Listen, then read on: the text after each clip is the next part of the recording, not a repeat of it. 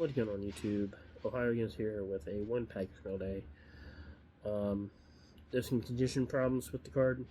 I'm going to talk about those really quick before I get into the other card. But before I get into the card fully, just because I want to send it to the eBay guy. Hi eBay guy. First I want to say thank you for responding, and I appreciate, because I do this too, I appreciate the time and the effort to list and pack and everything. So I'm not trying to be unreasonable, but there's some issues. So first, I don't know if you can see that the bend. I think you can kind of see it, man. Like straight, slightly off. It's slightly goes to the left. It's there, and it's not like huge. It's not like, oh god, the card is like ruined, I don't want it anymore. Like, yeah, I think you can definitely see it there. Definitely see it there. So I'm not trying to bust. I'm not trying to like kill you for it, but like it's annoying. I did pay up for this because the condition, because the patch was so nice, and because the condition was excellent. I don't know if this is excellent condition. Also, you look at that L. There's a gouge in the card. I don't have. Like, I'm doing this with my phone in a prayer. You can see it there. Right there. And you see the chipping across. I said it's a bigger card. That stuff happens. So I'm not trying to like kill you on it, man. But like that with the bend. That's why when I sent it to you, I said it's kind of like a prism bend. Problem is, this is a flawless card that I paid, $60 for. So, also at first I wasn't even worried about this because I thought, oh, it's just an ink point, which I don't know why Boomer would have. Probably signing some autographs next to it, the penny sent them, and some got in his hand or something. Wasn't a big deal. But this right here is, whether the ink or not. Oh, it doesn't matter because there's a big divot in the card. This is annoying. So, like I said, I'm not trying to be like super nitpicky, but it burns my ass a little bit in the most respectful way I could say it. That I bought this partly because it was in excellent condition in the listing, and I don't know if we call that excellent. So we'll talk about it. We'll chop it up. You're a good guy. I'm a good guy. We'll figure it out. Everyone else, hi. So you probably already seen it if you didn't get super bored of the first part of this video, but I'm still going to talk about it. In 1989, the Bengals went to the second Super Bowl in franchise history, won its second MVP. That season, Boomer Esiason, who went to the Bengals Ring of Honor this past year because he made a big internet fuss because he had to pay for his own hotel, which is crazy about the stuff that rich people get whatever about, but whatever.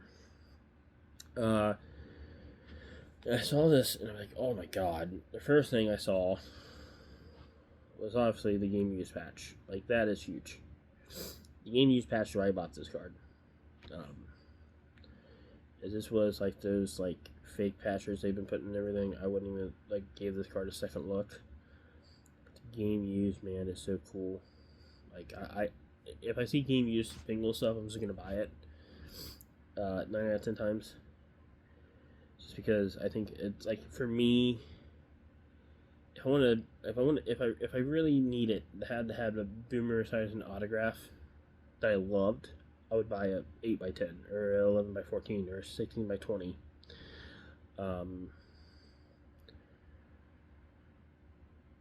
But obviously I wouldn't buy like a game used jersey for a couple grand. So I really dig patch cards and low number parallels are like it itches the collecting part of my brain. Because autograph, man, like they get like a booklet of stickers most of the time. Or they get a piece in them a box that's full of cards, and they sign 1,000 of them. But like, there's not 1,000 game used Boomer tires and patch cards. Even jersey cards for that matter. But patches are obviously better. So I love this card. I don't love it enough to be like, I don't give a damn about the condition. It's like at the end of the day, condition is important. It's part of the reason I bought this card. So we're gonna have to talk about it. But I'm not mad at the card. But the card is super clean, designed. But like I said, a couple of those issues are just.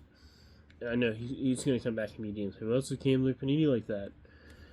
Like, well, yeah, I mean, something can be like have a factory defect, and it doesn't mean it's not defect, right? I mean, I'm a shipping and receiving guy, so like, when people send us stuff, I have to look at it and see if it's damaged. I can't just be like, "Well, came from the factory that way." Like, if I did that, my boss would be like, "Yeah, you came from the unemployment line this way. Get the fuck back,"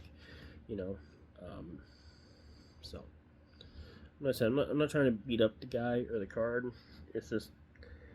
I literally like saw the Excellent Edition and paid $20 more than the last comp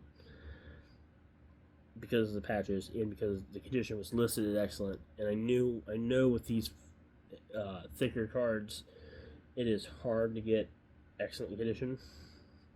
So it's one of the big reasons I bought it. Not the biggest reason, but it was part of it. So that is it for the cards. Or the card.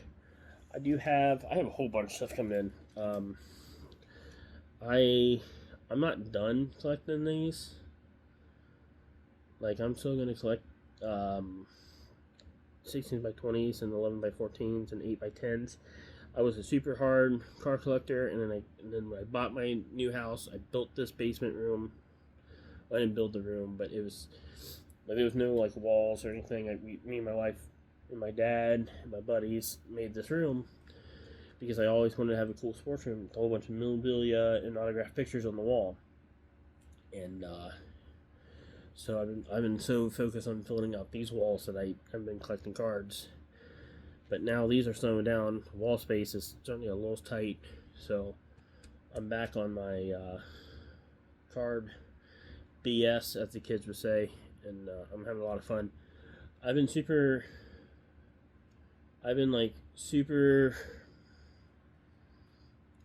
nostalgic for like the theme of my childhoods, and obviously being part of that. I'm only 32 years old, so I think I came here on Boomer's second stint with the Bengals. I think I was around when he came back to like 95 to 98. I think he came back for those seasons. But it's prime, obviously, that. But I've been super nostalgic for old school Bengals, and I have bought just an insane amount of cards.